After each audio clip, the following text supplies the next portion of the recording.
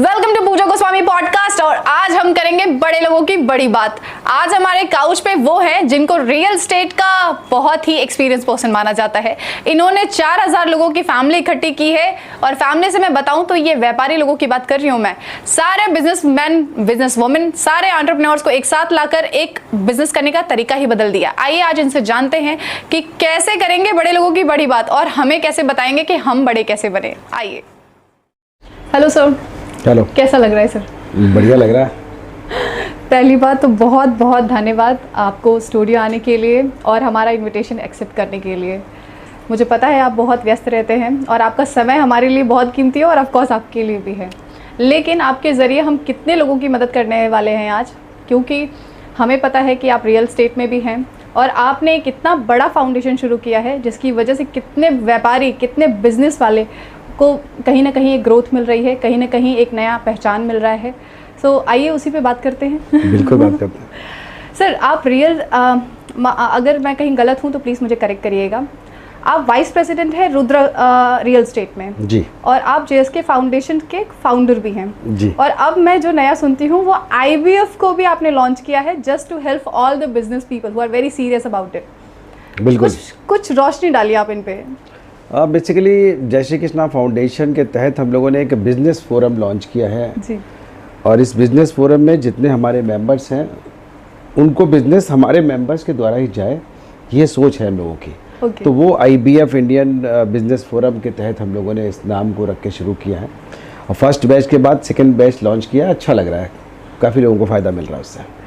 Sir कुछ real estate के बारे में बताइए। रुद्रा रियल एस्टेट एक जानी मानी कंपनी है। अनूप अग्रवाल जी सीएमडी हैं इसके और अरुण अग्रवाल जी एमडी हैं। और as a vice president sales and marketing मैं जो है इस डिपार्टमेंट को पूरा देखता हूँ। रियल एस्टेट बनारस में मोदी जी के जो डेवलपमेंट के बाद जो क्रांति आई है उसका बहुत बेनिफिट मिल रहा है सबको, तो अच्छा है, बहुत ही अच्छा है जी। ओके। सो अगर मैं जेएसके के बारे में जानना चाहूँ तो आखिर क्या आपके अंदर इतना मोटिवेशन आया था? अभी के टाइम में तो कोई 1 रुपये नहीं देता और आपने तो पूरा एक ग्रुप, एक संगठन बना लिया जिसमें लोगों की मदद हो, बिजनेस आए, व्यापार बढ़े, ग्रोथ हो। क्या सोच था आपके इसके पीछे? आज से 14 साल पहले जब हम लोगों ने 7 लोगों से शुरू किया था तो विज़न ये था कि हम लोग 250 मेंबर हो जाएंगे तो बहुत है। हाँ। धीरे धीरे धीरे करते करते आज 14 साल बाद ये स्थिति आई है कि हम लोग 2000 कपल, 4000 लोग हैं। हम लोग 4000 लोग अलग अलग वैरायटी के बिजनेस कर रहे हैं बनारस में, अलग अलग सेक्टर से जुड़े हुए हैं। और जो आईबीएफ बिजनेस फोरम हम लोगों ने लॉन्च किया है उसका जो सबसे बड़ा बेनिफिट ये है कि जितने लोगों को कोई भी चीज़ चाहिए तो एक सिंगल व्हाट्सएप पे उनको वो चीज़ मिल रही है, मार्केट रेट या उससे कम रेट में मिल रही है। ज़्यादा ट्रस्ट है लोगों का तो वो बेनिफिट मिल रहा है और घर पहुँचे बच्चे सर्विस मिल रही है, तो बेनिफिशियल तो सबके लिए है। सो क्या मतलब ये जो जेएसके आपने शुरू किया, आईबीएफ तो आपने अभी अभी ऐड ऑन किया, जेएसके को बनाने टाइम क्या आपने बिजनेस भी ध्यान में रखा था कि बिजनेस ही होगा? हम लोग काफ़ी दिनों से ये काम कर रहे थे, लेकिन एक जेएसके जो है एक सामाजिक संस्था थी। अच्छा। और हम लोगों ने इंडिविजुअल डेवलपमेंट पे कोर्स बनाया यंग इंडिया का उसमें। अच्छा। लेकिन शुरुआती दौर में 1-2 साल में कोई आता नहीं था हम लोग के पास, ज़बरदस्ती बुलाते थे 2-4-10 लोगों को, नए नए लोगों को ट्राई करते थे। बहुत कम लोग ऐसे थे जो लंबे समय तक हम लोग के साथ चले, बट 2-3-4 साल बाद ऐसा होने लगा कि लोग अपने से कनेक्ट होने लगे, उनको एक फैमिली एटमॉस्फेयर दिखाई देने लगा, तो फील गुड फैक्टर आ गया।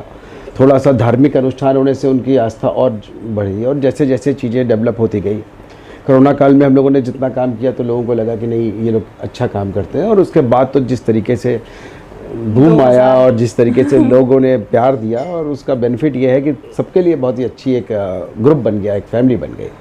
सो ये तो ठीक है आपने संगठन बनाया, लेकिन आपने कोशिश किया कि कपल साथ में आए, इसके पीछे क्या रीज़न था?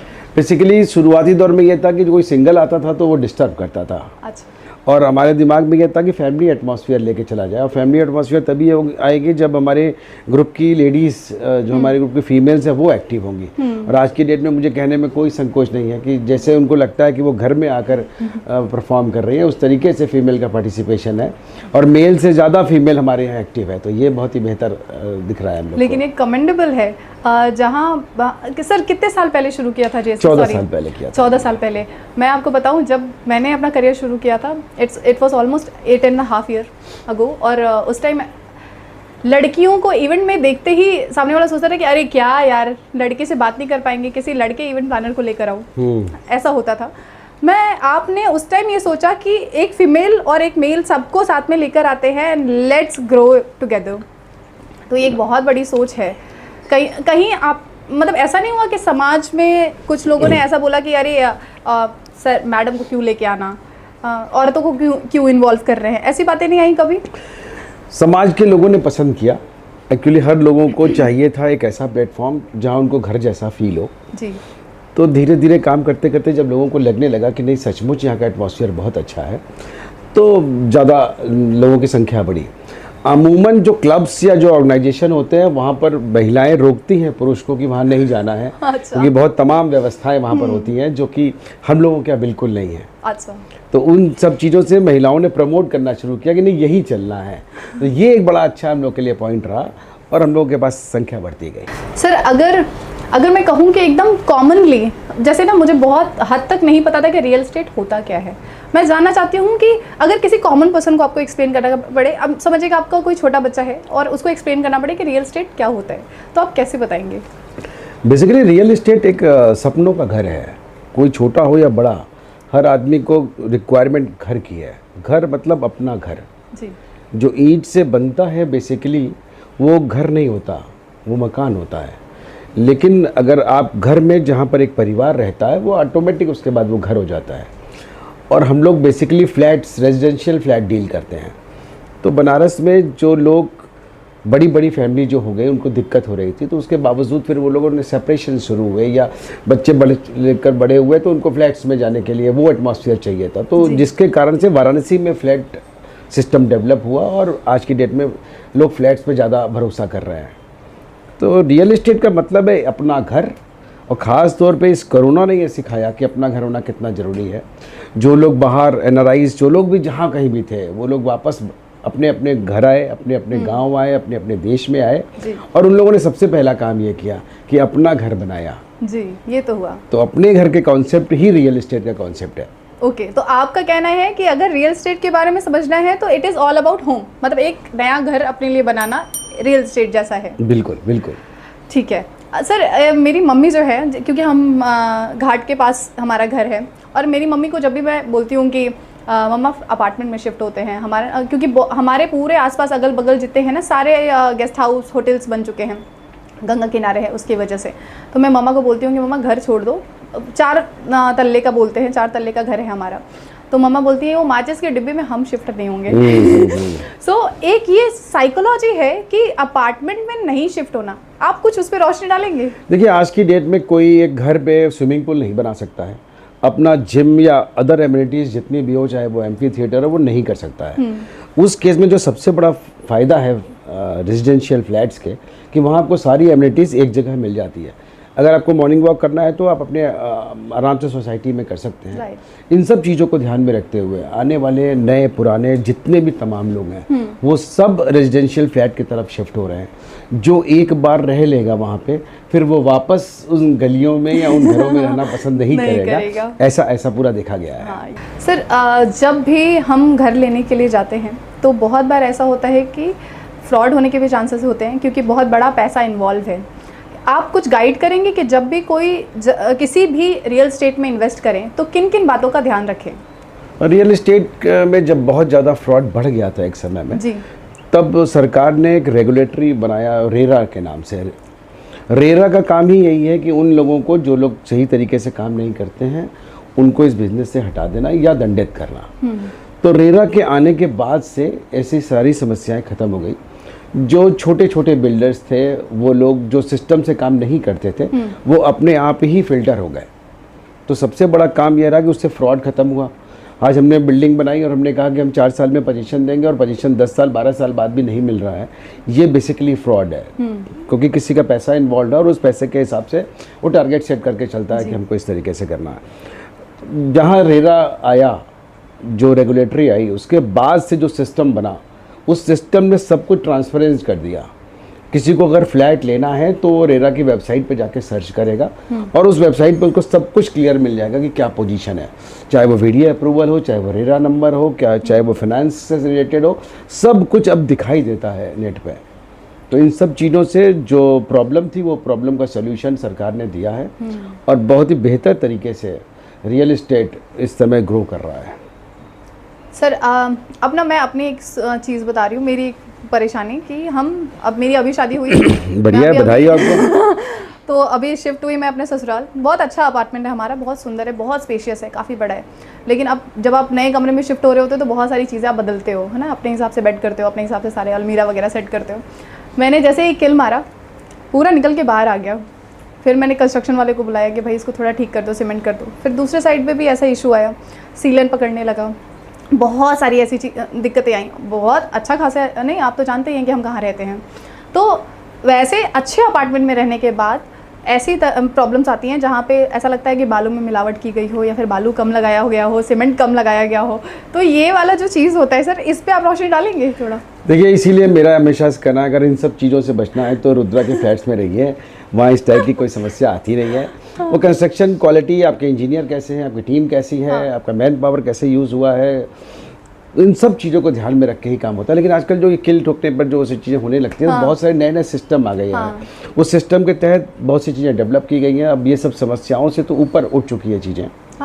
तो अब घर की बात करें तो घर आजकल लोग पुराने हिसाब से जो बनवाते हैं तो उसमें कहीं कहीं सब चीज़ें होती हैं। जो सीपेज की प्रॉब्लम है वो अगर आपका जड़ से चीज़ें सही हो, आपके इन हाउस टीम में एक ही आदमी ने पूरा शुरू से लेकर लास्ट तक काम किया हो, तो ऐसी समस्याएं कम देखने को आती है। और एक ही चीज़ है, ब्रांडेड कंपनीज पे, ब्रांडेड लोगों पे जाइए, आपको सब काम हो जाएगा ना। हर बजट है। रुद्रा जैसे काम करने वाले और भी लोग होंगे जो अच्छा काम करते हैं, उन लोगों के साथ जाइए। तो ये कहने का मतलब है। बाकी समस्याएं आएंगी तो समाधान तुरंत मिल जाए, ये भी बहुत अच्छी बात है। तो उस तरीके से ही जाइए कि जहाँ पर उसका समाधान मिल सकता हो। जैसे रेरा का आपने बताया कि रेरा की वजह से ये जो फ्रॉड हो रहे थे ये बंद हो गया, क्या ये वाला, ये भी तो एक काइंड ऑफ फ्रॉड ही हुआ ना? कि आपने मुझे 4th फ्लोर पे अगर मुझे कोई फ्लैट दिया, फर्स्ट फ्लोर वाले से हमने पूछा कि कैसा है, सब कुछ वॉज वेरी परफेक्ट, लेकिन आई थिंक वो फ्लोर बढ़ने के बाद ये जो थोड़ा सा धांधली शुरू होती है। बेसिकली वो धांधली नहीं है, कोई एक छोटा सा घर भी बनाता है तो घर बनवाते समय 100% चीज़ एक्यूरेसी के साथ आ जाए, ऐसा नहीं होता है। अच्छा। जैसे कोई प्रॉब्लम आई तो उसका तुरंत सोल्यूशन दिया तो वो चीज़ें आगे बढ़ जाती है। हम लोग तो 200-400 फ्लैट एक साथ बनाते हैं, अगर कोई छोटी मोटी चीज़ ऐसी सामने आई तो उसका तुरंत सोल्यूशन देते हैं हम लोग। तो ऐसी कोई दिक्कत नहीं है, और कोई चीज़ आ गई तो उसका तुरंत सोल्यूशन लीजिए, ये है खेल। मतलब आप इस पे पूरी बात नहीं कहेंगे? नहीं, सब बात कहेंगे कि इन सब चीज़ों का ध्यान रखना है, और कोई चीज़ें अगर आ गई तो उसका सॉल्यूशन निकाल के उसको तो सर ये आप नहीं मानते कि ये एक फ्रॉड है कि नहीं, कोई एक छोटा घर बनाए या बड़ा, नहीं कोई घोटाला नहीं है। जो आप सुनती है ना कि यहाँ का पुल गिर गया, यहाँ का ये हो गया, वो एक घोटाला का ऑप्शन हो सकता है। लेकिन जो आप एक घर बना रहे हैं जहाँ आपको दिन भर उस क्लाइंट को फेस करना है, जो भी आदमी आने के आफ्टर से सर्विस जिंदगी भर, हम लोग भी कहीं बैठे हुए हैं, वो भी यहीं पे रह रहा है, तो जो भी प्रॉब्लम होगी वो तुरंत हमारे पास आ जाएगा। हमसे कनेक्शन, उसको दिक्कत नहीं होगी, तुरंत हमसे कनेक्ट कर लेगा। तो बिल्कुल ऐसा काम नहीं करना चाहिए कि जहां मिलावट के साथ काम करें। कोई टेक्निकल फॉल्ट के कारण कोई ऐसी चीज़ें जो आ जाए, एक होता है शब्द आसमानी सुल्तानी, कि अपने से कोई प्राकृतिक आपदा आ जाए तो उसका तो सोल्यूशन ही निकालना पड़ेगा, उसमें किसी का बस नहीं होता है। तो ये कोई एक प्रकार का फ्रॉड नहीं है। हाँ, प्रॉब्लम आई तो उसका सोल्यूशन अगर तुरंत नहीं मिला तो ये गैर जिम्मेदाराना हरकत होगी। ये बात ध्यान रखने का। सर, अगर बनारस की बात की जाए तो बनारस में ऐसा कौन सा लोकेशन है जहाँ पे पैसे खर्च किए जाए, मतलब इन्वेस्ट किया जाए और उसका इन्वेस्टमेंट हमें अच्छा मिले, मतलब रिटर्न अच्छा मिले? सॉरी, वाराणसी की जो धरती है वो बाबा की धरती है। जहाँ पर भी आप देख लें, वहाँ सब जगह से आपको रिटर्न अच्छे मिलने आएगा। रिटर्न का जो है 2 सेंस है। पहला सेंस ये कि आपको in the terms of money आपको बहुत अच्छा बेनिफिट हो, और दूसरा जो सबसे बड़ा कि आपको सुकून मिले, आपके घर में खुशियाँ रहें। तो ये दोनों चीज़ें वाराणसी में उपलब्ध है बाबा की कृपा से।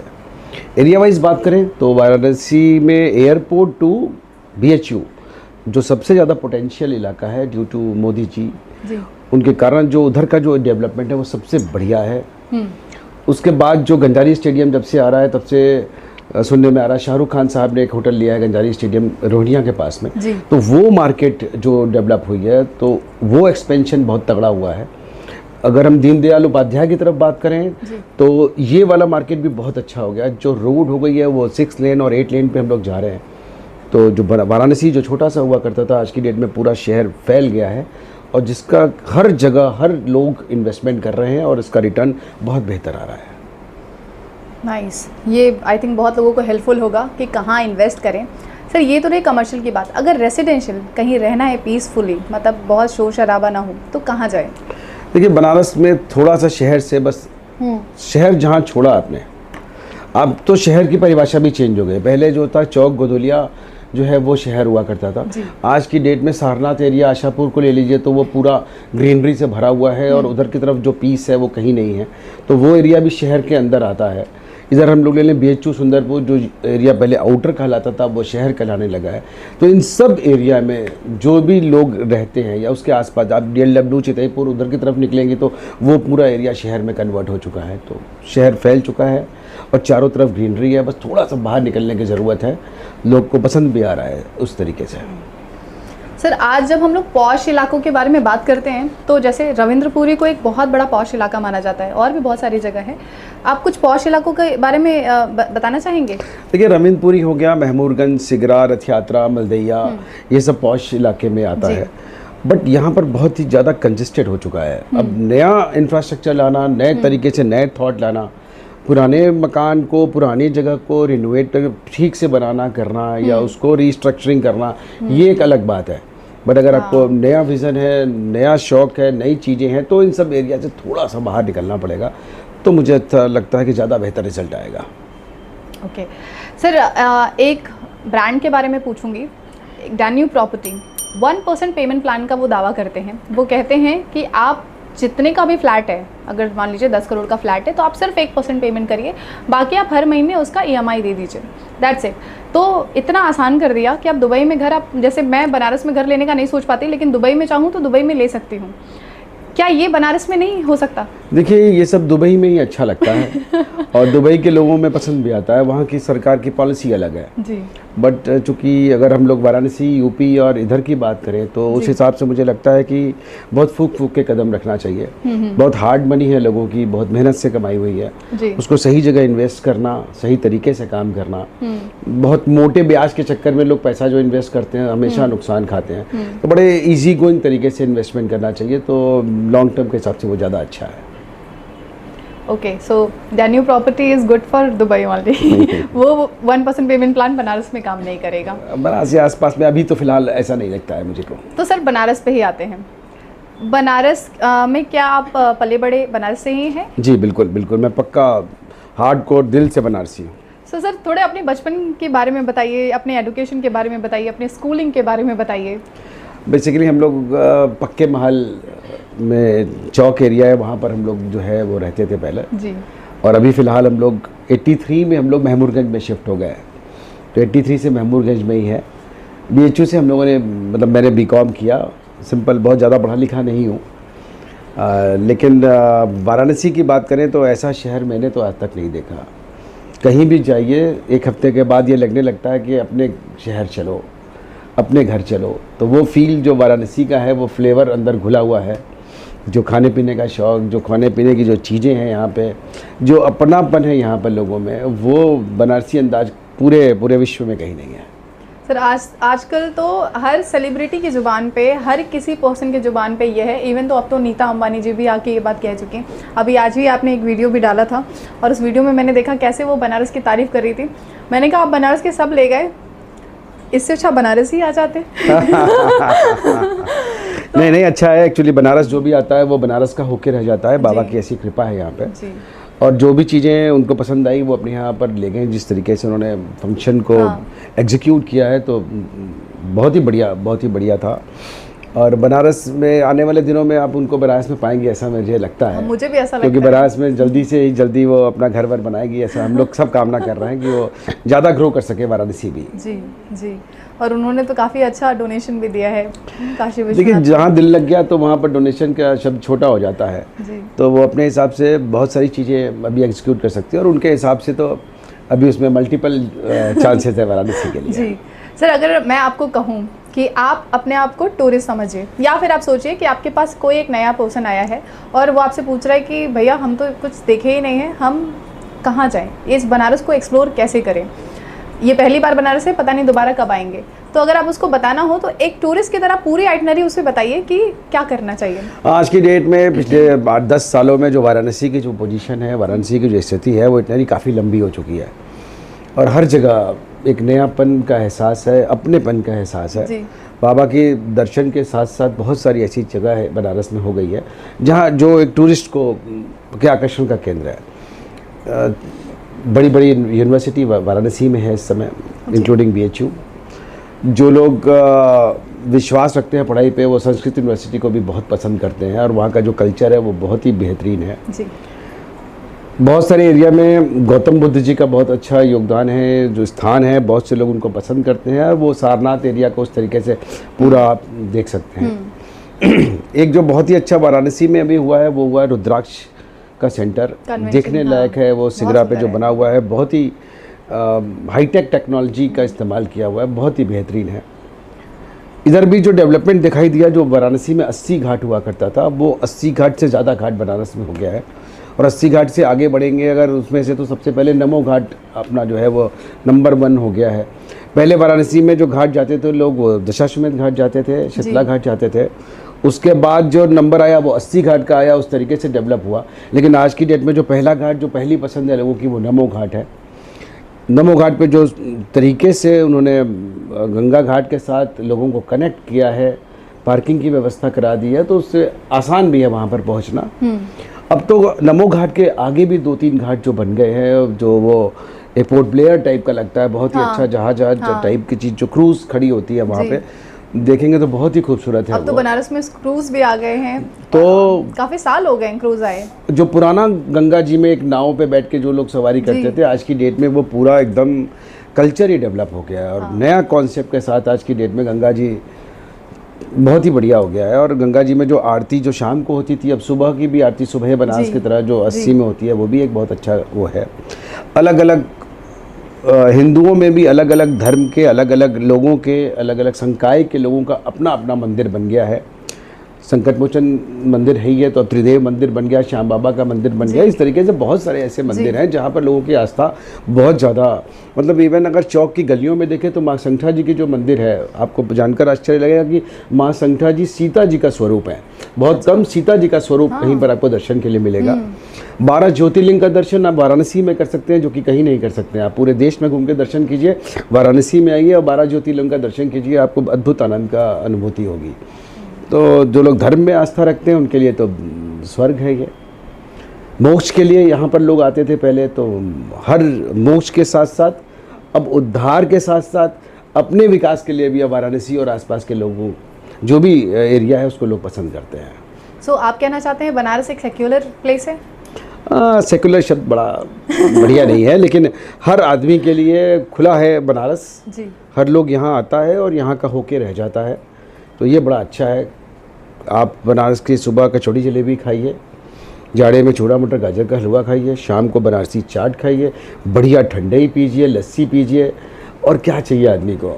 सिर्फ काम पेट के लिए करता है और यहाँ पर पेट की हर चीज़ उपलब्ध है, तो बनारस से बढ़िया कोई शहर नहीं है। हाँ, ये तो है। ये तो मुझे बनारस से इतना प्यार है ही कि मैं हमेशा जहाँ पर भी, सर मैं आपको बताऊँ, मैं बहरीन गई तो मैंने उनसे बोला कि प्लीज़ मुझे थोड़ा मौका दीजिए, I need to speak something, और मैंने सबको बोला कि आप प्लीज़ बनारस आइए, यू विल लव इट। फिर मैं दुबई गई, मैंने वहाँ पर भी बोला, तो मुझे चाहिए कि मेरे बनारस में सब आए मतलब कहीं और जाने का ऐसा पड़े ही ना। अब आपको कहने की जरूरत, बुलाने की जरूरत नहीं पड़ेगी। अब तो हम कहते हैं कि हमें भी घूमने का मौका दीजिए। आज के डेट में, पहले बनारस में देखिए तो खाली भोजपुरी मूवी की शूटिंग हुआ करती थी। आज जितने भी जो OTT पे मूवीज़ आती हैं उनकी सारी शूटिंग यही हो रही है। इवन हॉलीवुड, बॉलीवुड, जितना भी वुड होता होगा वो सब वाराणसी और उसके आसपास में ज़बरदस्त शूटिंग कर रहा है। तो लोकेशन पसंद है, लोगों को अच्छा लग रहा है, इसीलिए वो लोग वाराणसी आ रहे हैं। जितने ज़्यादा से ज़्यादा लोग वाराणसी से कनेक्ट होंगे उतना वाराणसी को भी फ़ायदा मिलने वाला है। तो आपका कहना है कि फिल्म सिटी हमें बनारस में जल्द ही नजर आएगी? एकदम नजर आनी चाहिए, बहुत जल्दी आएगी। और आज की डेट में लगभग आप देखिए तो हर दूसरे तीसरे दिन कहीं ना कहीं शूटिंग हो रही है, कोई सेलिब्रिटी होता ही है। तो ये तो अच्छी बात है हम लोग। हाँ, ये तो एक्चुअली में बहुत अच्छी बात है। सर, बनारस में एक आइटनरी जो मैंने हमेशा सुना है, आपने तो बहुत सारी एडिशन चीज़ें ऐड की है, आप मुझे बताइएगा। ऐसा बोलते हैं कि सुबह 4 बजे उठिए, गंगा किनारे जाइए, सुबह बनारस देखिए, योगा करिए, गंगा में नहाइए, फिर उठिए, फिर पूड़ी कचौड़ी जलेबी का आनंद लीजिए, फिर मतलब ये तो चौक पे जाके करिए, क्या कुछ फेवरेट जगह का नाम लेंगे जहाँ पे जाना मतलब आनंद का अनुभव करना? देखिए आज की डेट में अगर सुबह बनारसी की बढ़िया कचौड़ी जलेबी खानी है तो राम भंडार से बढ़िया कुछ नहीं है। तो राम भंडार कहाँ वाला? राम भंडार बनारस में आज की डेट में 3 से 4 हो गया है। हाँ। लेकिन जो ठठेरी बाजार में जो चौक के अंदर है राम भंडार, वो सबसे पुराना और ओरिजिनल राम भंडार है। वहाँ की कचौड़ी जलेबी का स्वाद ही अलग है। लेकिन जो ताज के सामने नदेसर पे राम भंडार है, एक महमूदगंज में राम भंडार है, यहाँ सबका भी राम भंडार वाली क्वालिटी तो वहाँ पर मिलती है आपको, बढ़िया बढ़िया स्वाद आएगा उसका। तो अच्छा है वहाँ पे। तो मतलब आप कह रहे हैं कि ठठेरी बाजार वाला थोड़ा और टेस्टी और ऑथेंटिक मिलेगा, वो फील आएगा कि आप गली में खड़े होकर जो है वो 10 मिनट 15 मिनट समय लगा कर कचौड़ी जलेबी खा रहे हैं, वो आनंद अलग है, तो वो अच्छा ज़्यादा लगेगा। और ये वाले आइटनरी के बाद सर ऐसा बोलते हैं कि आप थोड़ा सारनाथ घूमिए या फिर नहीं कुछ और जगह घूमिए, वो कोई 4-5 जगह का नाम लेंगे जहाँ पे एक दिन में ट्रैवल किया जा सके, मतलब जो गेस्ट आए हों।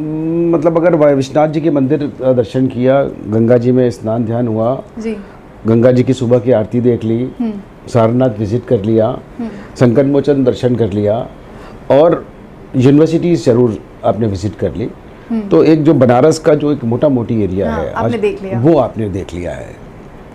सर एक चीज़ कहते हैं, आई डोंट नो ये कितना सच है, कि बनारस का पानी, बनारस के गंगा का पानी कभी भी अपने घर न लेके जाओ, कभी भी अपने घर नहीं लेके जाओ। ऐसे बोलते हैं कि बनारस गंगा का जो जल है बनारस में, उसको कहीं किसी और शहर में शिफ्ट नहीं करो।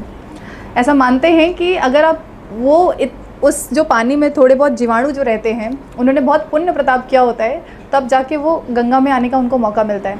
और अगर आप उनको काशी से अलग करते हैं तो आप कहीं ना कहीं एक उनको बनारस से मतलब नहीं, आपको एक पाप का भागीदारी बनना पड़ता है। क्या ये थोड़ा भी सच है? एकदम सच नहीं है क्योंकि बनारस के गंगा जल का जो पानी है वो लोग अपने साथ ले जाते हैं जी।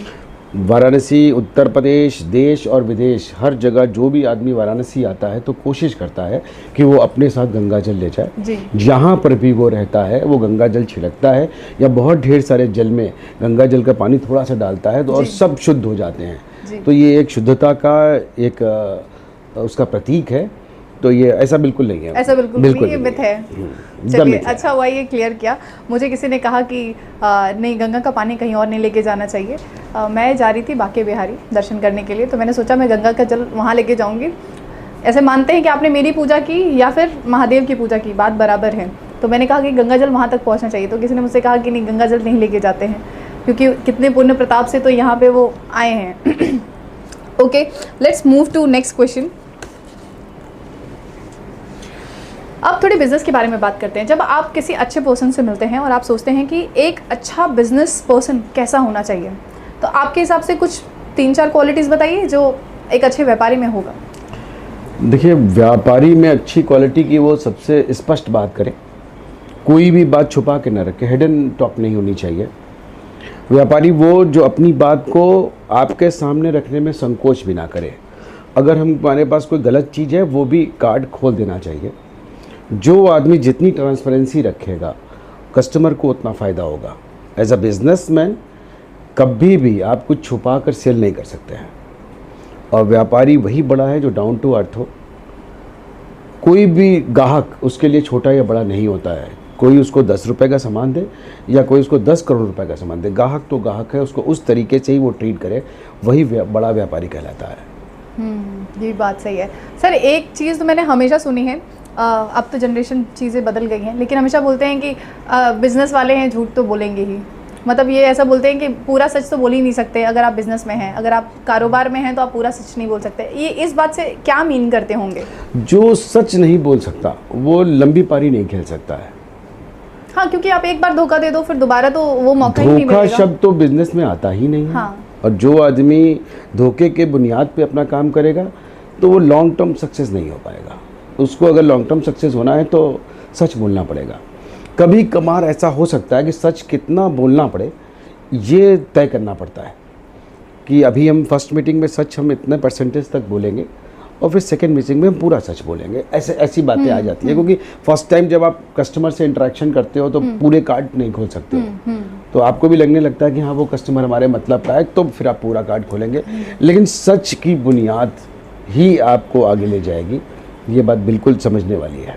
हाँ, तो मतलब बिजनेस में अब झूठ नहीं बोलना चाहिए, ऐसा है? एकदम बिल्कुल बिल्कुल। जो झूठ बोलेगा वो बिजनेस नहीं कर सकता, वो व्यापारी अच्छा नहीं है। सर एक बात और बताती हूँ। पुराना टाइम से मेरी मम्मी को ऑलमोस्ट 32 साल हो गए अपना शॉप स्टार्ट किए, क्योंकि जब मैं पैदा हुई थी तभी इससे उन्होंने शॉप शुरू किया था। वो डेली आती हैं, शटर ओपन करती हैं, उनके 2 लोग काम करने वाले लोग हैं, आर्टिफिशियल इमिटेशन ज्वेलरी का बिज़नेस करती हैं, इंपोर्ट एक्सपोर्ट भी है, बहुत बड़े स्केल पे भी किया है। लेकिन उनका एक चीज़ है कि मुझे ऑनलाइन नहीं जाना, या फिर नहीं, मुझे एक्सटेंड नहीं करना, मुझे किसी एग्जीबिशन में नहीं जाना। आई हैव माई ओन, मेरा एक अपना आइडेंटिटी है, लोग मुझे जानते हैं, मेरे स्टोर तक आते हैं, ख़रीदते हैं, मैं बेचती हूँ, मैं सफल हूँ। मैंने अपने दम पे अपना घर बना लिया है, मैंने अपने दम पे अपना दुकान बना लिया है, अपने बच्चों को सेटल कर लिया है, बहुत अच्छे से पढ़ाई लिखाई करा दिया है। क्या ये थॉट रखना सही है? अब तक जो करते आए हैं, हाँ, अगर वही करते रहेंगे तो अब तक जो पाते आए हैं, हाँ, सिर्फ वही पाते रहेंगे। ये किसी लेखक ने लिखा होगा। तो ये बात बहुत जानने वाली है कि आपको अपने बिजनेस में चाहे आप जितने भी सक्सेस हो, नया थॉट, नया फ्लेवर, नया आइडिया को इंट्रोड्यूस करना पड़ेगा, थोड़ा सा रिस्क भी लेना पड़ेगा, तब आपके बिजनेस को जो छलांग, जो सक्सेस मिलेगी, वो आपको कहेंगे नहीं अब ये तो बहुत अच्छा हुआ। तो थोड़ा रिस्क तो लेना पड़ेगा। और मेरा ये मानना है कि आपको कोई भी छोटा व्यवसाय करें या बड़ा बिजनेस करें, किसी भी तरीके का बिजनेस करें, इनोवेशन करना पड़ेगा। एक सिंपल इंटरव्यू होता था और आज की डेट में पॉडकास्ट जैसा इंटरव्यू हो रहा है। तो ये नए आइडिया का सीजन है। ये एक नया थॉट लेकर कोई अगर मार्केट में आ रहा है तो उसका एडवांटेज उनको मिलेगा। आज की डेट में मैं आपके साथ बैठ के बातचीत कर रहा हूँ, ये अभी फ़िलहाल एक नया फीचर है जी। आने वाले समय में ये एक आम फीचर हो जाएगा। राइट। मतलब आपने एक रिस्क लिया, आपने एक नया थॉट, नया आइडिया डेवलप किया, उसी तरीके से हर लोग को अपने काम में, चाहे वो जो काम करता हो, तो नए चीज़ को इन्वॉल्व या नए चीज़ को लेना ही पड़ेगा। मेरा ये मानना है कि नए चीज़ों को इंट्रोड्यूस कीजिए, कि आपको चेंजेस एक्सेप्ट करने पड़ेंगे। एक्सेप्ट करने पड़ेंगे। आप अगर पुराने में रहोगे तो वही मिलेगा जो हमेशा से मिलता है। सर, आपने क्या डिफरेंस देखा है जो पुराने टाइम के बिजनेसेस होते थे? क्योंकि आपने भी बहुत सारे व्यापारियों को पहले भी देखा है और अब भी देखा है, क्या डिफरेंस आ गया है अभी के काम करने के तरीके में? बस सिर्फ काम करने का तरीका वही है। जो सक्सेसफुल पब्लिक पुराने हैं आज भी वही हैं, जिन्होंने उनको आइडियल बनाकर अपना काम को शुरू किया। बहुत सारे लोगों तो उनकी नकल करके वो आगे बढ़ जाते हैं, तो कोई ख़राब बात नहीं है। अगर कोई अच्छा काम कर रहा है, आप उसको कॉपी कर रहे हो और तो आपको सक्सेस मिल रही है, तो आपको वो काम करना चाहिए जी। जनरेशन गैप है, पिछले अब हाईटेक हो गया है, बहुत कुछ कंप्यूटराइज की तरफ बढ़ रहा है जी। पहले कोडिंग क्या होती थी क्लास का बच्चा नहीं जानता था। आज की डेट में मेरे बच्चे IITians हैं तो मैं ज़्यादा जानता हूँ कि कोडिंग क्या होती है। और आज की डेट में तो हाई स्कूल का बच्चा भी कोडिंग कर रहा है और वो सब कुछ जान रहा है। पहले तो जब आप IIT में जाते हो तब आपको कोडिंग की बात कर रही है, तो कोडिंग वगैरह से जो ईजीनेस, जो चीज़ें सरल हो गई है, तो वो सब चीज़ें नए तरीके से इंट्रोड्यूस हो गई है। पहले के बैंक का जो एम्प्लॉय होता था वो कंप्यूटर का जानता नहीं था, आज सारा काम कंप्यूटराइज तरीके से हो रहा है। सिस्टम वही है, पहले मुनीम होता था, अब लैपटॉप हो गया। अब लैपटॉप में भी जो अलग अलग सॉफ्टवेयर आ गए, जो चीज़ें आ गई हैं, तो उस तरीके से आपके बिजनेस को सपोर्ट मिल रहा है। उस सपोर्ट को अगर आप ग्रैब करते हैं, उस नए थॉट को, एक जो चिप होती है अगर आप अपने अंदर लगाते हैं, तो पुरानी पद्धति और नए फ्लेवर को अगर आप मिक्स कर देंगे तो सफलता की सीढ़ी चढ़ना आपके लिए आसान हो जाएगा। तो सर, आपकी बातों से एक चीज़ जो मैं अज्यूम कर रही हूँ, क्या अभी के टाइम बिजनेस करने के लिए आपका बहुत एडुकेटेड होना ज़रूरी है? ऐसा नहीं है बिरला जी, क्या तो अगर मुझे कंप्यूटर का नॉलेज नहीं पता है या फिर नहीं, बहुत सारी चीज़ों का नॉलेज नहीं पता है, देखिए CA बनना ज़रूरी नहीं है। हाँ। आपके यहाँ CA स्टाफ होना ज़रूरी है। हाँ। हम पढ़े लिखे बहुत ज़्यादा हों ये बहुत ज़रूरी नहीं है, पढ़े लिखे लोगों को हैंडल करना मुझे आना चाहिए। तो बेसिकली टोटल खेल है मैनेजमेंट का, जितना पढ़ लिख लेंगे उतना अच्छा है। ये मैं नहीं कह रहा हूँ कि पढ़ाई लिखाई की ज़रूरत नहीं है, आने वाला समय सिर्फ पढ़ाई लिखाई का है, लेकिन जिन्होंने इतिहास बनाया है वो सब पढ़े लिखे नहीं थे। हाँ, लेकिन सर वो उनके अंदर जो कॉन्फिडेंस है, उनके अंदर जो जज्बा है, उनके अंदर जो जुनून है, वो जुनूनियत उनको सफलता की सीढ़ी पे ले गई है। सिर्फ किताबी ज्ञान से भी कुछ नहीं होगा। एक से एक लोग जो किताब का ज्ञान लेके बैठे हुए हैं वो आज भी 50,000 1 लाख रुपए की नौकरी कर रहे हैं। तो ये तो मानना पड़ेगा। हाँ, मैं आपकी बात से बिल्कुल सहमत हूँ सर। लेकिन जैसे कि आपने कहा कि आज के बिज़नेस करने का तरीका बदल चुका है, सब कुछ बहुत ऑनलाइन तरीके का हो गया है, सब कुछ बहुत डायनामिक हो गया है, और इसको समझने के लिए कहीं ना कहीं ब्रेन का पावरफुल होना ज़रूरी है। इसको समझने के लिए आपका एडुकेशन बहुत होना ज़रूरी है, आपका जनरल नॉलेज स्ट्रांग होना ज़रूरी है। एक एडुकेशन आपके हिसाब से नहीं लगता कि एक इम्पॉर्टेंट रोल प्ले करेगा? जितने भी अभी के बच्चे लोग हैं जो पढ़ाई कर रहे होंगे, क्या आप उनको नहीं बताना चाहेंगे कि वो और पढ़ाई पे फोकस करें, जिसकी वजह से आगे जाके उनको उन तकलीफ़ों का सामना नहीं करना पड़ेगा जो मतलब नहीं हम जैसे एंटरप्रेन्योर्स ने बहुत किया है? क्लास में अगर 100 बच्चे हैं, हाँ, तो 100 बच्चों में से 10 बच्चे बहुत तेज होते हैं जी। इसका मतलब ये नहीं कि बाकी के 90 बच्चे सक्सेसफुल नहीं हो पाते। हाँ। अब रिकॉर्ड निकाल के देखिए, उन 10 बच्चों से ज़्यादा सक्सेस उन 90 बच्चों की मिलेगी आपको, क्योंकि वो 10 बच्चों का फोकस सिर्फ पढ़ाई पढ़ाई पढ़ाई है, और बाकी के जो 90 बच्चे हैं वो पढ़ाई के साथ साथ अपने शौक़ को जिंदा रखते हैं। ऐसा नहीं कि मैं उन 10 बच्चों की बुराई कर रहा हूँ। हाँ। वो 10 बच्चों के पास एक्स्ट्रा टैलेंट है, उनमें से भी 90% तो उनकी मेहनत है, 10% कहीं ना कहीं हल्का सा वो आपके भाग्य और आपकी किस्मत भी काउंट करती है। कितने लोग बैठते हैं एग्ज़ाम में और कितने लोग पास हो जाते हैं। एक सुपर टॉपर बच्चे पास एक साल में नहीं हो पाते हैं, उनको 2 अटैम्प्ट 3 अटैम्प्ट लगते हैं। बस निरंतर प्रयास करना पड़ेगा, अपने आप को निरंतर अपडेट करना पड़ेगा, तभी आपको सक्सेस मिलेगी। कोई ज़रूरी नहीं है कि क्लास का सबसे तेज बच्चा वो आज भी ज़िंदगी के रेस में भी सबसे तेज हो, ऐसा कोई ज़रूरी नहीं है। बहुत बढ़िया सर, मैं यही चाहती थी कि आप ऐसा बोलें। सर आपने दोनों जनरेशन देखे हैं, दोनों जनरेशन के बिजनेस करने का तरीका भी देखा है, और आपने ये भी बता दिया कि एडुकेशन की इतनी ज़रूरत नहीं है जितना आप समझ रही हैं। लेकिन मैं ये भी जानना चाहती हूँ कि जो बच्चे एकदम भटक जाते हैं, मतलब नहीं, कहीं ना कहीं एक एज आता है जब हम सोचते हैं कि मेरी लाइफ इतनी रुकी हुई क्यों है, क्यों मैं कुछ नहीं कर पा रही, क्यों नहीं कुछ कर पा रहा, मुझे रास्ता दिखाएगा कौन, कैसे करूँगे। और सच्ची बताऊँ तो पेरेंट्स भी बहुत बार हेल्प नहीं कर पाते हैं, बिकॉज उस जिस फील्ड में मेरा बच्चा जाना चाहता है ना, जिस फील्ड में वो बहुत अच्छा है, एक तो पेरेंट्स भी नहीं समझते कभी कभी, क्योंकि वो चाहते हैं कि वो डॉक्टर बने और बच्चा चाहता है कि वो कुछ और करे। इस केस में क्या आप बोलना चाहेंगे? ये कहने को तो बहुत कुछ है, हाँ, जिंदगी की राह में, पर हमें चाहिए आपकी बाहें अपनी बाहों में। अगर हम बन ना सके चांद सूरज की तरह तो टिमटिमाएंगे जरूर सितारों की तरह। जो नया एंटरप्रेन्योर है, जो यूथ है, जो बिजनेस में आना चाहता है, उसको अपने ऊपर भरोसा रखना चाहिए। कौन क्या कह रहा है, कौन क्या कर रहा है, इन सब बात को सुनने की उसके अंदर शक्ति होनी चाहिए और करने की दृढ़ता होनी चाहिए। अगर वो अपने ऊपर कॉन्फिडेंस के साथ अपना काम शुरू करता है या किसी के सेक्टर में अपने इंटरेस्ट के हिसाब से काम करता है तो उसको सफलता मिलेगी। निरंतर आप काम करते रहिए, आज गिरेंगे कल उठेंगे, कल गिरेंगे परसों उठेंगे, इस तरीके की प्रक्रिया आपके संग लाइफ में आती रहेगी। लेकिन आप सफलता के पीछे ना भागें, आप अपना काम करें, सफलता आपके पीछे भागेगी, यह सुनिश्चित करना आपका काम है। जैसा कहते हैं कि सर झुकाओ और अपना काम करो, बाकी ऊपर वाला देख लेगा। एकदम सही बात है, एकदम सही बात है। क्लाइंट के साथ बॉन्ड बनाने के लिए क्या करना चाहिए? 2 तरीके के क्लाइंट्स होते हैं। सर आप सेल्स में हैं इसीलिए मैं जानना चाहती हूँ। 2 तरीके के क्लाइंट्स होते हैं जी। एक क्लाइंट्स, अब जैसे रियल एस्टेट की बात करें तो किसी के घर में अगर मान लीजिए कि उसकी नल से पानी गिर रहा है जी, तो अगर पूरा प्रोसेस बना हुआ है, इस प्रोसेस के तहत उसको मेंटेनेंस डिपार्टमेंट को फ़ोन करना चाहिए। और हमारा क्लाइंट से रिलेशन बहुत अच्छा है तो रात को 12 बजाए या 2 बजाए वो देखेगा नहीं, फ़ोन कर देगा कि सर हमारे घर की टोटी छू रही है। तो ये क्लाइंट का रिलेशन का ये एक माइनस एस्पेक्ट है। टफ टाइम में अगर कोई आदमी आपको याद कर रहा है तो आपको खुश होना चाहिए कि यार किसी ने अपना समझा और टफ टाइम में मुझे याद कर रहा है, ये अच्छी बात है। तो कस्टमर से रिलेशन कहाँ तक निभाना है ये भी तय करना पड़ेगा, और एक हायरार्की बनी हुई है, उस हायरार्की के हिसाब से लोगों को काम करना चाहिए तो ज़्यादा अच्छा है। तो अगर आप जैसे कि आपने कहा कि उसके बैड टाइम्स में या फिर नहीं कभी ज़रूरत हो जाए तो तुरंत आप तत्पर रहिए कि उनकी मदद कर सकें। कभी कभी नहीं लगता कि कस्टमर्स, क्लाइंट इस चीज़ को समझता है और आपका फ़ायदा भी उठाता है?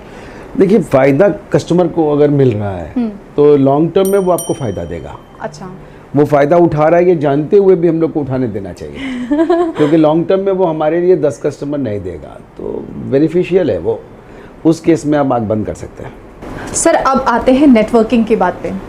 आपके हिसाब से नेटवर्किंग क्या होता है? बेसिकली हर सक्सेसफुल आदमी वो बिना नेटवर्किंग के कभी भी आगे नहीं बढ़ सकता है। एक बार मुझसे किसी ने पूछा कि एक दिन में कितने घंटे आप काम कर सकते हो, तो मैंने थोड़ी देर बाद सोच के बोला इतने घंटे कर सकता हूँ। तो उन्होंने कहा कि अगर आपके पास नेटवर्क है, अगर आप 100 आदमी के साथ काम कर रहे हो, 100 आदमी से अगर आप डेली 10 घंटा काम कराते हो तो वो सब आपके काम में काउंट होगा। तो उस तरीके से मैं एक दिन में कितने घंटे काम कर सकता हूँ आप देख लीजिए। तो एक अकेला आदमी काम नहीं कर सकता है जब तक उसके पास अपनी टीम ना हो, जब तक उसका अपना नेटवर्क ना हो, जब तक आपके हैंड्स के रूप में काम करने वाले लोग ना हो, आप मजबूत काम नहीं कर सकते हो। फ्यूचर किसी भी सक्सेसफुल आदमी की आप बायोग्राफी पढ़िए तो उसमें वही आदमी तरक्की करता दिखाई देगा जो टीम के साथ काम कर रहा है, जो नेटवर्क के साथ काम कर रहा है। तो आज की डेट में नेटवर्क से स्ट्रॉन्ग कोई भी चीज़ नहीं है। सर, इतने सारे बिजनेस नेटवर्किंग सेशन अटेंड करने के बाद बहुत सारे बिजनेस सेशन हमने भी अटेंड किए हैं अपने टाइम में और काफ़ी अभी भी अटेंड करते हैं। ऐसा बोला जाता है कि बहुत सारा कार्ड लेके जाइएगा, अपना बहुत सारा बिजनेस कार्ड लेके जाइएगा, और थोड़े समय के बाद हम कहीं अपना बिजनेस कार्ड फेंका हुआ देखते हैं, पड़ा हुआ देखते हैं, और बहुत बार ऐसा देखते हैं कि किसी का कॉल नहीं आया, बोले हमारा 3 रुपये का कार्ड खराब हो गया। मैं आपको मतलब ना रियल फीलिंग बता रही हूँ। बिल्कुल ठीक बात है। और कहीं ना कहीं एक एंटरप्रेन्योर बड़ा डिसहार्ट हो जाता है कि मैंने इस एसोसिएशन को ज्वाइन भी किया, इनके भी एक चार्जेस है, जैसे मैं बताऊँ एक BNI है, देर आर मोर इंस्टीट्यूशन जो ऐसा काम कर रहे हैं, एक अच्छा खासा पैसा वो लेते हैं, और ये नेटवर्किंग भी काफ़ी अच्छा है, काफ़ी professionally they are doing it. लेकिन कहीं ना कहीं एक नया एंटरप्रेन्योर पूरा मेहनत लगा के ये पैसा लगा देता है, और उसके बाद ऐसी वाली चीज़ें आती हैं जैसे कि आपने कहा आपके पास 2000 लोग हैं। ऐसा बोलते हैं ना कि too many chefs spoils the food. बहुत ज़्यादा शेफ़ को अगर आप ले आ दीजिए और 4 शेफ़ को एक जगह ले आ दीजिए तो वो केक ख़राब ही करेंगे या फिर खाना ख़राब ही करेंगे। तो इस पे कुछ आप बताएंगे कि कैसे इम्प्रूव किया जा सकता है? देखिए, मैं किसी पर्टिकुलर ऑर्गेनाइजेशन के बारे में कुछ नहीं बोलना चाहूँगा, लेकिन जहाँ तक विजिटिंग कार्ड की बात है, हाँ, कि कभी भी मास में जब जाइए तो विजिटिंग कार्ड का डिस्ट्रीब्यूशन मत कीजिए, वो हमेशा आपके लिए नुकसान हो जाएगा। विजिटिंग कार्ड की वैल्यू है कि आप अपने आप को रिप्रेजेंट कर रहे हैं विजिटिंग कार्ड के माध्यम से, उसको देने का एक तरीका है, और जितना भारीपन विजिटिंग कार्ड देने का है उतना ही भारीपन से आप दूसरों के विजिटिंग कार्ड एक्सेप्ट भी कीजिए। राइट। और हमेशा 1 to 1 या हमेशा जब उनके साथ बैठें तब अपना विजिटिंग कार्ड दीजिए। मोबाइल युग में विजिटिंग कार्ड आजकल जो है वो बिजनेस कार्ड में कन्वर्ट हो गया है, और मोबाइल टू मोबाइल ज़्यादा काम। जिसने एक बार मोबाइल पे नंबर सेव कर लिया उसके आप अपने आदमी हो गए। जिसने मोबाइल पे नंबर सेव नहीं किया, आपने 100 विजिटिंग कार्ड उसको दिया तो वो सब मेरे ख्याल से बेकार है। जो आदमी को लगता है कि हाँ हम इनसे मिलेंगे और ये हमारे काम की बंदी हैं, वो हमारा आपका नंबर सेव करेगा। जो पहली बार में आपसे मिल रहा है, इंटरेक्ट कर रहा है आपसे, मतलब किसी से भी जी, वो उसका नंबर क्यों सेव करे, ये क्वेश्चन मार्क होना चाहिए जी। हमारा नंबर कोई अगर सेव कर रहा है तो उसके पीछे उसका फ़ायदा जुड़ा रहेगा, तो वो जुड़े रहेगा। और कोई भी ऑर्गेनाइजेशन हो, अगर वो जो नेटवर्क मार्केटिंग एक अलग थिंग है, हाँ, बिल्कुल। वो पूरी तरीके से एकदम अलग है, एकदम अलग है। और अपने बिजनेस में या अपने थॉट्स में या अपने ऑर्गेनाइजेशन में अगर आप नेटवर्किंग करते हैं तो वो नेटवर्किंग आपकी ताकत बनती है। राइट। अगर आप किसी का इस्तेमाल नहीं कर रहे हैं, आपने दोस्ती की और ये सोच के दोस्ती की यार इस कारण से हम दोस्ती करेंगे, तो वो भी आपका कभी मिसयूज नहीं करेगा, इस बात की गारंटी है। अगर हमारे मन में ये बात आ गई यार उस आदमी को इस कारण से हमको दोस्ती करनी है, इस कारण से अपने नेटवर्क में लाना है, तो वो भी यही सोचेगा यार कि इसको यूज़ करो और फिर जो है इसको डिस्ट्रॉय करो। तो हमेशा गिव एंड टेक का खेल है, हमेशा दोनों तरफ से बातें बराबर होनी चाहिए, और सक्सेसफुल वही होगा जहां उसका पर्सनल या ऑर्गेनाइजेशनल स्वार्थ नहीं आएगा। पूजा जी अच्छी लगी, उनके आने से हमारा नेटवर्क स्ट्रांग होगा, इस कारण से पूजा जी हमारे नेटवर्क में बनी है, तो कहीं ना कहीं हम पूजा जी को भविष्य में फ़ायदा पहुंचाएंगे, और पूजा जी को कहीं समझ में आएगा कि हाँ वो हमको फ़ायदा पहुंचाएंगे। अगर हम सोच लेंगे नहीं उनके आने से यार हमारा 10-20 इवेंट तो फ्री में हो जाएगा, ये हमारा स्वार्थ आ गया जी, उस केस में हम फेल करेंगे। हमारा कोई स्वार्थ नहीं है। हाँ, हम ये कह सकते हैं कि भाई आप दूसरों से इतना रुपये लेती हैं एक इवेंट का, हमारा आप जो कंसेशनल, जहाँ आपकी बहुत ज़्यादा प्रॉफिट ना आ रही हो, नेट टू नेट काम कर लें, यहाँ तक बात समझ में आता है। जब कोई एक काम करता है उसको उस काम को देख के 10 आदमी और काम देते हैं, तो ये उनके काम की खूबी हो सकती है। तो नेटवर्किंग में कभी भी स्वार्थ नहीं आना चाहिए। तो सर, नेटवर्किंग में एक क्योस भी आता है, जैसे आप इमेजिन करिएगा आपकी एनिवर्सरी और आपने किसी रेस्टोरेंट को बुक किया और आपके अपने ही नेटवर्क में 4 रेस्टोरेंट वाले हैं और आपने किसी एक को बिजनेस दिया, तो ऐसा नहीं होता कि वो 3 लोग आपसे कहते हैं कि यार भैया आप हमसे प्यार ही नहीं करते? नहीं, मैं आपको सच बताऊं कि मेरी अभी कुछ दिनों पहले एनिवर्सरी थी, तो ऐसे बहुत सारे लोग हम लोग के कनेक्शन में थे और हम लोगों ने भी ठीक ठाक थोड़ा बहुत जितना भी है भगवान की दया से सब अच्छे से हो गया। ऐसी परिस्थितियाँ आती हैं, पर उन परिस्थितियों में हम लोग को चूज़ तो करना ही पड़ेगा। 2 चीज़ें, आपका बजट और आपके टेस्ट के हिसाब से कौन रेस्टोरेंट ज़्यादा अच्छा है। ये 2 चीज़ों को मिलान करके आपको आगे बढ़ना ही पड़ेगा। बाकी लोगों से आप कैसे कोऑर्डिनेशन करते हैं, यही आप MBA के क्लास में आप सीख के आए हुए हैं, तो क्राइसिस मैनेजमेंट तो आपको करना ही पड़ेगा। ऐसा नहीं होता कि बहुत बार ऐसे देखिए, एक लोग जब जाते हैं ग्रुप को छोड़ के तो अपने साथ 2-4 भी लेके जाते हैं, ऑल्दो वो अपने ही जैसे लोगों को लेके जाते हैं, ये मैं बिलीव करती हूँ। लेकिन ये प्रॉब्लम तो होती है ना कि मान लीजिए हमारे नेटवर्क से भी अगर 2 रेस्टोरेंट वाले चले गए और बिकॉज ऑफ दिस रीज़न कि भैया हमको प्यार नहीं करते, ये वाला तो बहुत बनारस में स्पेशली ये बहुत होता है कि जैसे मुझे आज ही कोई मिले और उन्होंने कहा बताइए, वो मेरे स्टोर पे आती हैं, मेरे से सारा सामान खरीदती हैं और उनको एक पार्टी में देखें वो हमको पहचानी नहीं। तो आए दिन हम लोग इतने लोगों से मिलते हैं कि कभी कभी होता है कि हम नहीं पहचान पाते हैं, फिर कंफ्यूज होते हैं, इसलिए ज़्यादा पास जाके उनको विश नहीं करते हैं। जो पुराने लोग कह गए हैं ना कि 54-58 मार्केट से मत उठाओ, हमेशा रुपए के बारे में सोचो। जो लोग जितने लोग भी कहीं पर हैं, अगर वो आपसे मोहब्बत करते हैं और आपको पसंद करते हैं तो इन छोटी छोटी बातों में पड़ेंगे नहीं। और 2 जाएंगे, 4 जाएंगे तो 20 आएंगे और 40 आएंगे, और पुरानी पत्तियां गिरेंगी तो नए पत्तियां आएंगी। तो बहुत ज़्यादा परेशान होने की ज़रूरत नहीं है। अगर आप किसी के साथ गलत नहीं करेंगे, इंटेंशनली किसी को का ईगो हर्ट नहीं करेंगे, किसी को ज़बरदस्ती प्रॉब्लमेटिक नहीं करेंगे, तो वो आपको चोट नहीं देने वाला। आप अपना काम करते रहिए और हमेशा एक बात का ध्यान रखिए कि आप आगे बढ़ते जाइए। जो आपके साथ चलेंगे वो आपको शीर्ष पे दिखाई देंगे, जो आपके साथ नहीं चलेंगे वो नीचे खड़े होकर आपके लिए तालियां बजाएंगे। तो ये तो ज़माने का उसूल है। तो आपके साथ ऐसा नहीं होता कि जब आप चूज़ करते होगे तो आप सोचते होगे कि इसको चूज़ कर लिया तो देखना ये बुरा मान जाएगा? बिल्कुल ऐसा नहीं सोचते। जो बुरा मानने वाले लोग हैं वो बहुत दिन तक नहीं चलते, ये मुझे पता है। ऐसा हमारे साथ भी हुआ है और होता भी आया है कि बहुत सारे एक्टिव लोग अचानक कम एक्टिव हो जाते हैं। और इंसान है, गलतियां सबसे हो सकती हैं, लेकिन वो आदमी भी समझने लगता है आने वाले समय में कि हाँ इनकी ये प्रॉब्लम रही होगी, और अगर वो अपने आप को मेरी जगह रख के सोच लेगा तो वो समझ जाएगा कि नहीं एकदम सही किए हैं और हमको भी ऐसा करना चाहिए। बट कहीं ना कहीं सर मैं ये मानती हूँ, जैसे फॉर एग्जांपल जब मेरी मम्मी छोटे वाले भाई को ज़्यादा प्यार करने लगती है तो जलन तो मुझे होती है। अब क्योंकि मम्मी की क्लोज मैं खुद को मानती हूँ तो मुझे लगता है कि अरे उसको इतना प्यार क्यों मिल रहा है। ये मजाक की बात बोल रही हूँ, लेकिन फिर भी जो नियरेस्ट होता है ना उसको दुखी होना या फिर थोड़ा सा जेलस फील करना तो होता ही है, इसमें कोई गलत बात नहीं है।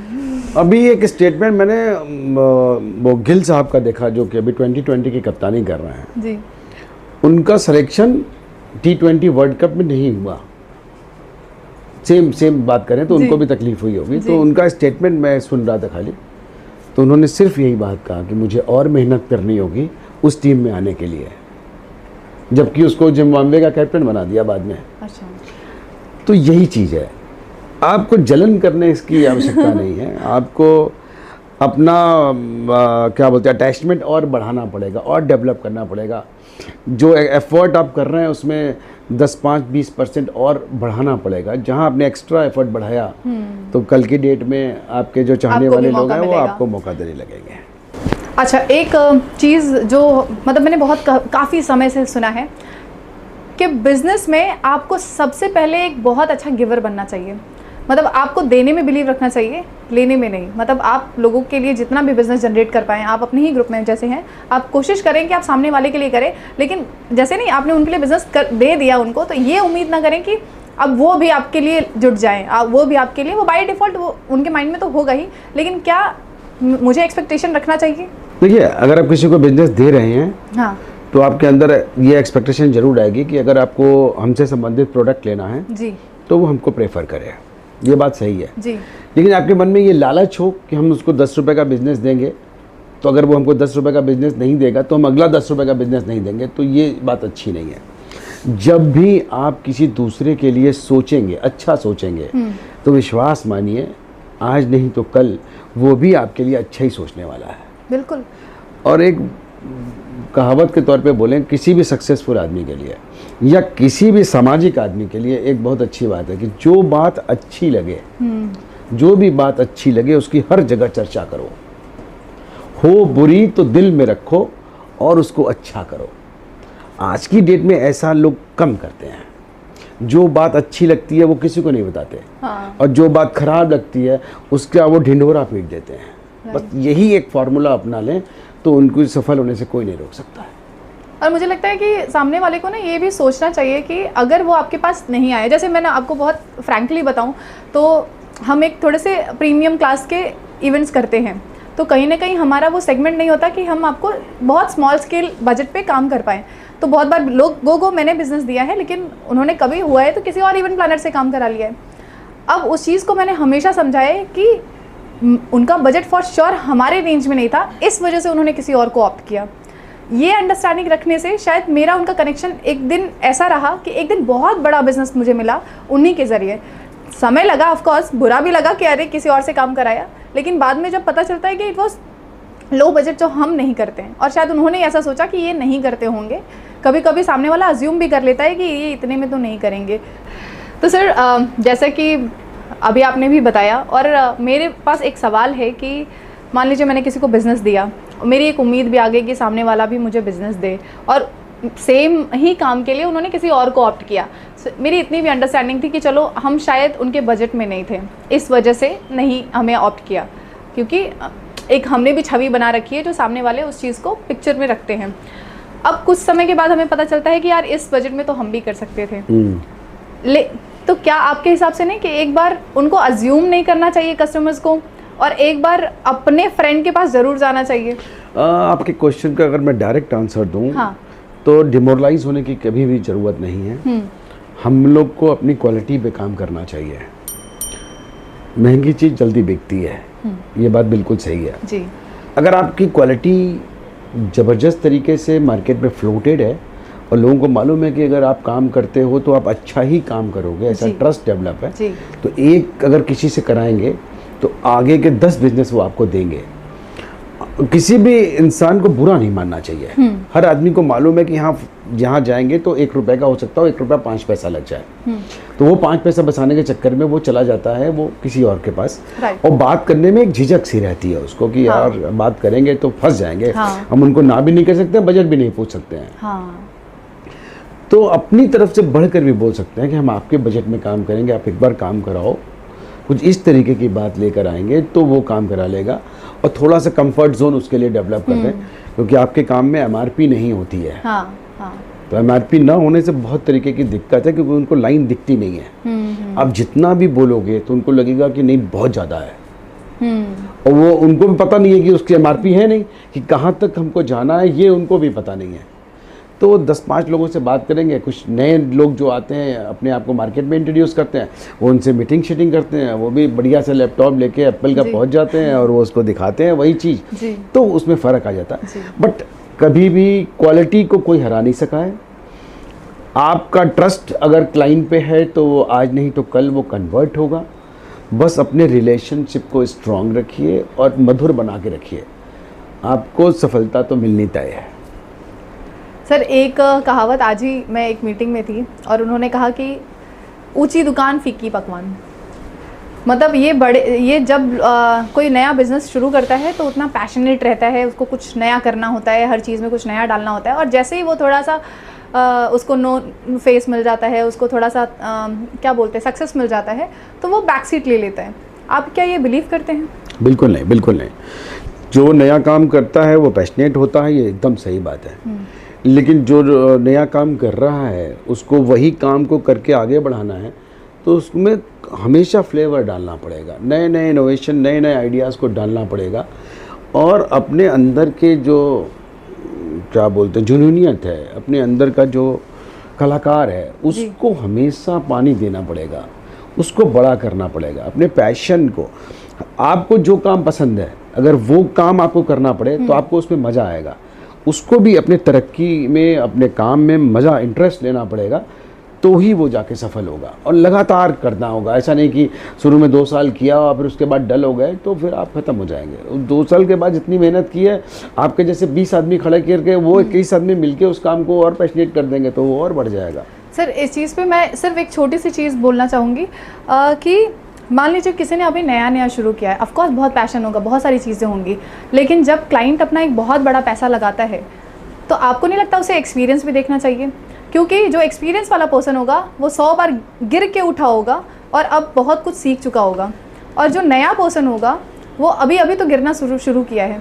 देखिए, गिरने और उठने वाली बात नहीं है, पैसा सबको प्यारा है जी, और आज की डेट में यूथ को बढ़ावा मिलता है जी, और यूथ का प्रेजेंटेशन कैसा है तो कई जगह अनुभव पे भारी पड़ता है वो जी, क्योंकि उनकी जो स्टाइल है वो आक्रामक और मतलब कहना चाहिए वो विराट कोहली टाइप की स्टाइल आती है, वो पैशनेट दिखता है वो। तो जो पुराना खिलाड़ी है या जो पुराना लोग है वो अपने अनुभव के हिसाब से और अपने शल में ही काम कर रहा है, और जो आदमी बायर है बेसिकली उसका 2 पैसा बचा तो उसके लिए वो अच्छा हो गया।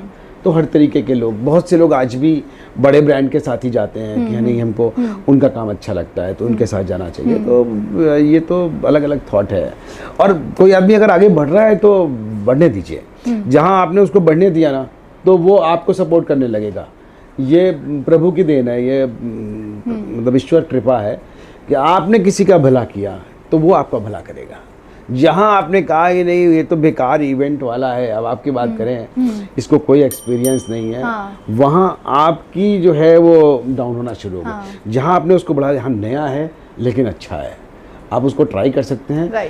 इस तरीके की जहाँ आपने एक शब्द बोले वो आपके बारे में 20 शब्द बोलेगा, और बंद कमरे में आपने कोई बात कही, विश्वास मानिए 15 दिन के अंदर पूरे मार्केट में वो बात अपने आप चली जाएगी।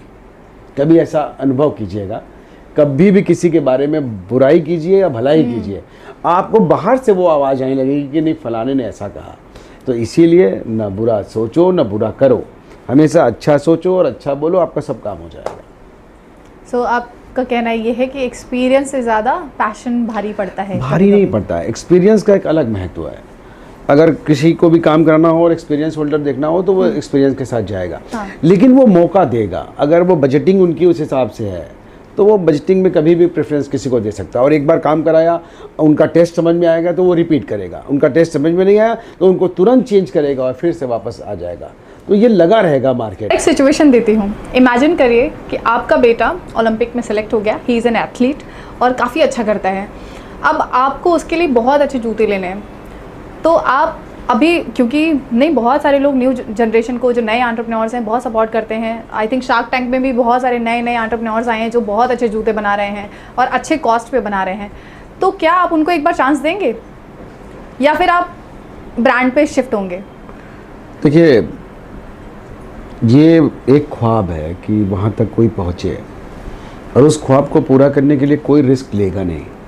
तो सिचुएशन वाइज अलग अलग चीज़ें क्रिएट होंगी, और ऐसी सिचुएशन में हम लोग निश्चित तौर पे जो ब्रांड ट्रस्टेड ब्रांड है उन्हीं के साथ जाएंगे, ऐसा मेरा मानना है।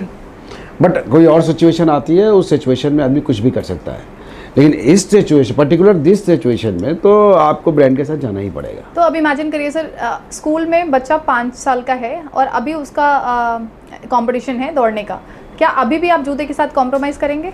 कोई कंप्रोमाइज़ नहीं, क्योंकि उस समय उस बच्चे के लिए वही ओलंपिक का मैदान होगा, उस समय वही उसके लिए प्रतियोगिता जीतना बहुत बड़ी बात होगी। किसी भी प्रकार का कोई कंप्रोमाइज़ नहीं करेगा, जो बेस्ट होगा, जो ट्रस्टेड ब्रांड होगा, उस समय आदमी वही चूज़ करेगा। तो मेरे हिसाब से वहाँ पर भी वही कंडीशन अप्लाई होगी। अब आपको अपने फ्रेंड्स और फैमिली के साथ किसी रेस्टोरेंट जाना है खाना खाने के लिए, तो सबसे ज़्यादा आप क्या देखेंगे? प्राइस या फिर इन्वायरमेंट या फिर लोकेशन? देखिए, इसमें अगर फैमिली के साथ जाना है तो उनका मूड पहले देखना बहुत ज़रूरी है कि उनका क्या मूड कर रहा है। पर एक जो रेस्टोरेंट जो देखता है कि वो उसका एम्बियंस कैसा है, उसका टेस्ट कैसा है, वो अपने जानने वाला है कि नहीं, डिस्काउंट कितना देगा, पूरा आज की डेट में ये सिस्टम चला हुआ है, और फिर जहाँ आम राय बनेगी वहाँ पर आदमी चाहेगा, वहाँ पे आप चाहेंगे। ठीक है सर, अब बहुत बहुत धन्यवाद इतने सारे टफ क्वेश्चंस के लिए। मतलब हम ये एक्चुअली मुझे लगता है बहुत लोग इसको एंजॉय करेंगे।